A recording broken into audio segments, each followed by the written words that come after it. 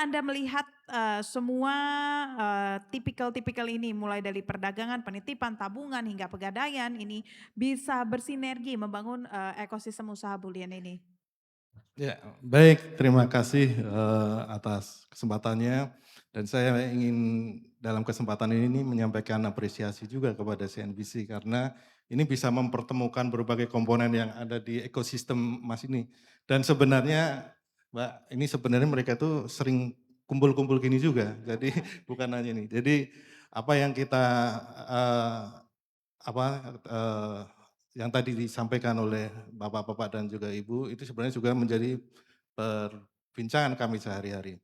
Nah, jadi tadi ditanyakan mengenai bagaimana mendorong sinergi dari produk-produk yang ada di dalam, Bullion LCK yang menjalankan Bullion ini, sebagaimana tadi disampaikan juga bahwa produk itu ada produk tabungan atau simpanan, kemudian ada produk pembiayaan, ada produk, penitipan, produk perdagangan. Nah, produk-produk ini tentunya akan mendorong sinergi dengan berbagai komponen ekosistem lainnya. Misalnya seperti terkait simpanan. Simpanan ini kan untuk apa? Untuk menarik tadi dana dari masyarakat dalam bentuk emas yang konon jumlahnya itu sampai 1.800 ton. Mungkin sampai saat ini itu baru ditarik sekitar 120-an atau kurang dari 200, masih banyak sekali. Di mana dana tersebut nanti ini saya akan cerita sinergi lainnya apa, akan didorong ke arah, pembiayaan. Seperti, perusahaan pembiayaan emas, perhiasan emas mereka butuh, bahan baku, selama ini mereka kesulitan.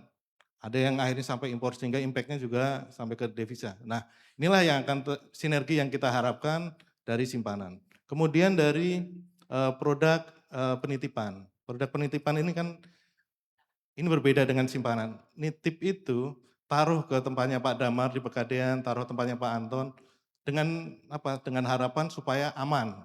Nah, di sini produk ini memberikan, kesempatan kepada masyarakat untuk memperoleh keamanan. Walaupun tadi sempat disinggung oleh Profesor, harus ini juga, harus dilihat juga nih ke depan terkait dengan keamanan dari bullion bank ini.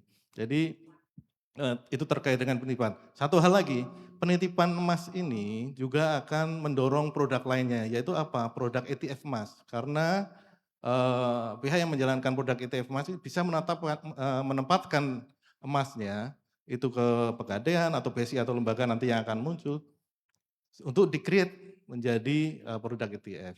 Nah, kemudian terkait perdagangan tentunya sinerginya adalah diharapkan dia terus akan mendorong, pertumbuhan dari perdagangan emas makin ramai, membentuk, acuan harga, menjadi alat untuk melakukan, lindung nilai dan seterusnya. Jadi tentunya inilah sinergi yang diharapkan dari produk-produk yang ada.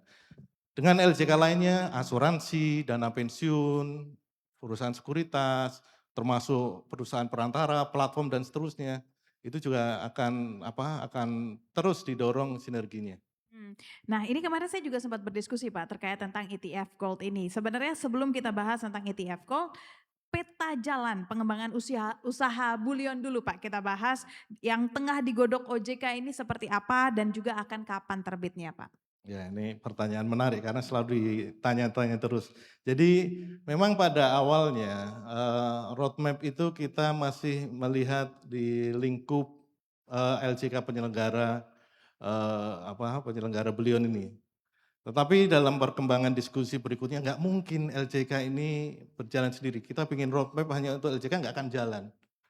Karena apa? Tadi sudah banyak disampaikan oleh, narasumber lainnya. Kalau, LJK ini sudah, eee, menawarkan berbagai macam produk keuangan, kemudian laku di masyarakat, tapi suplainya nggak ada, dari sisi hulunya nggak ada, ya percuma juga, nggak jalan. Sehingga saat ini, eee, apa, di bawah koordinasi Kementerian, Koordinator Perekonomian dan juga disusun oleh berbagai kementerian dan lembaga dan juga, pelaku industri lainnya, sedang dipersiapkan roadmap yang lebih besar lagi, yaitu roadmap ekosistem, Bullion. Jadi nanti roadmap-nya itu adalah roadmap, ekosistem Bullion dan kegiatan usaha.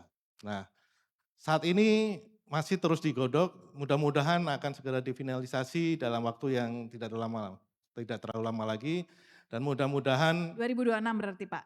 Tidak terlalu lama tuh ya berarti kita doakan sepanjang tahun bersama, 2026 ya Pak ya? kita doakan bersama, tapi itu nanti akan memberikan acuan yang lebih jelas. Tadi sempat disinggung masalah terkait dengan kebijakan dan semua masukan dari kementerian lembaga sudah dimasukkan di situ. Mudah-mudahan nanti bisa memberikan arah yang lebih jelas ke depan, katakanlah dalam 5 tahun ke depan, inilah industri yang akan kita bangun, sehingga nanti terkait dengan konsistensi dari kebijakan, terkait dengan kolaborasi, terkait dengan perlindungan konsumen, terkait dengan penguatan infrastruktur dan seterusnya itu bisa tergambar jelas dan mempermudah akan dalam membangun ekosistem emas nasional kita. Pak Ari, kalau kita berbicara tentang investasi dan OJK ini nggak lepas juga dari perlindungan konsumen ya. Nah, jika metode-metodenya seperti ini nih, bagaimana OJK akhirnya menyiapkan sebuah instrumen untuk bisa melindungi konsumen ya? Ya, baik, terima kasih. Tadi sempat disampaikan oleh Pak Damar, Pak Anton dan juga Pak Ferry, arah ke depan kita terus dorong supaya LCK yang menjalankan beliau ini untuk terus mengembangkan produk-produknya. Nah, tapi tentunya produk-produk yang dikembangkan itu juga harus mengikuti ketentuan yang ada sehingga perlindungan terhadap konsumen itu bisa dikedepankan. OJK telah memiliki POJK 22 tahun 2023 terkait dengan perlindungan konsumen di mana aturan tersebut untuk memperkuat bagaimana perlindungan terhadap konsumen itu dilakukan. Nah, contohnya adalah terkait dengan bagaimana produk itu bisa dijelaskan secara transparan, secara jujur, secara akurat, tidak ada yang ditutup-tutupin. Jadi niat baik dari si LJK untuk menjual produknya itu harus dikedepankan. Nah, kemudian juga terkait dengan mandat yang diberikan kepada OJK.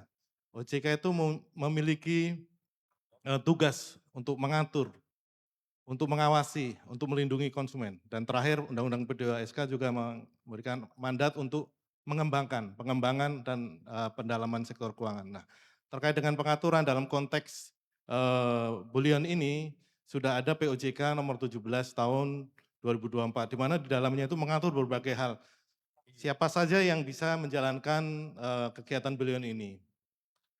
Emas apa yang bisa digunakan dalam transaksi bullion ini? Bagaimana proses perizinannya?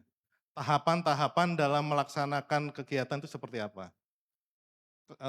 Infrastruktur yang harus dimiliki seperti apa? Bagaimana penerapan prinsip kehati-hatian, tata kelola, kemudian tadi disinggung mengenai money laundering. Bagaimana kemampuan, bagaimana penerapan dalam anti money laundering tersebut? Bagaimana strategi anti fraudnya, juga termasuk juga penerapan perlindungan konsumen. Aturan ini menjadi landasan yang kuat untuk mencapai perlindungan konsumen yang semaksimal mungkin. Itu dari sisi pengaturan, dari sisi pengawasan tentunya OJK akan melakukan pengawasan yang ketat terhadap lembaga-lembaga jasa keuangan yang menjalankan kegiatan bullion ini. Jadi seluruh aspek yang menjadi tugas dari OJK tentunya akan terus dijalankan secara konsisten dengan mengikuti ketentuan yang ada. Dan terlepas dari itu juga OJK bersama juga dengan lembaga keuangan dan juga komponen stakeholder lainnya melakukan, ini sangat penting, edukasi dan literasi. Nah itu sangat penting sehingga katakanlah sekarang lagi rame beli produk terkait bullion, hanya ini ikut-ikutan saja, harus paham juga apa karakteristiknya, apakah dia memiliki kemampuan untuk menilai dari produk tersebut, seberapa besar risiko yang bisa dia tanggung dan seterusnya. Ya. Jadi kurang lebih seperti itu. Oke, kalau OJK sendiri sudah mengeluarkan izin berarti kan untuk untuk BSI maksud saya dan juga Pegadaian. Nah di 2026 ada izin-izin baru yang akan diterbitkan Pak? Ya tentunya kita mengharapkan semakin banyak LJK yang tertarik untuk terlibat di sini tapi tentunya bukan sembarang LJK ya, kita sudah menetapkan kriterianya dan mereka harus memiliki kemampuan infrastruktur yang memadai seperti tadi disinggung oleh Prof terkait. Kalau saya naruh emas di sini aman nggak? Sehingga harus dipastikan bagaimana vaultingnya. Nah, kemudian juga terkait dengan kapasitas permodalannya. Apakah dia memiliki, apa namanya, interaksi dengan, pelaku emas di luar negeri, karena ini terkait dengan suplai emas dari, likuiditas dan seterusnya. Jadi termasuk tadi yang saya sampaikan mengenai aspek prudensial, infrastruktur, mengenai, penerapan manajemen risiko, tata kelola dan seterusnya. Jadi, kita tentu akan menyambut baik kalau ada lembaga jasa keuangan lainnya yang akan beberapa waktu ini, informasi dari teman-teman, ada beberapa yang sudah mulai nih. Mengajukan diri berarti ya Pak?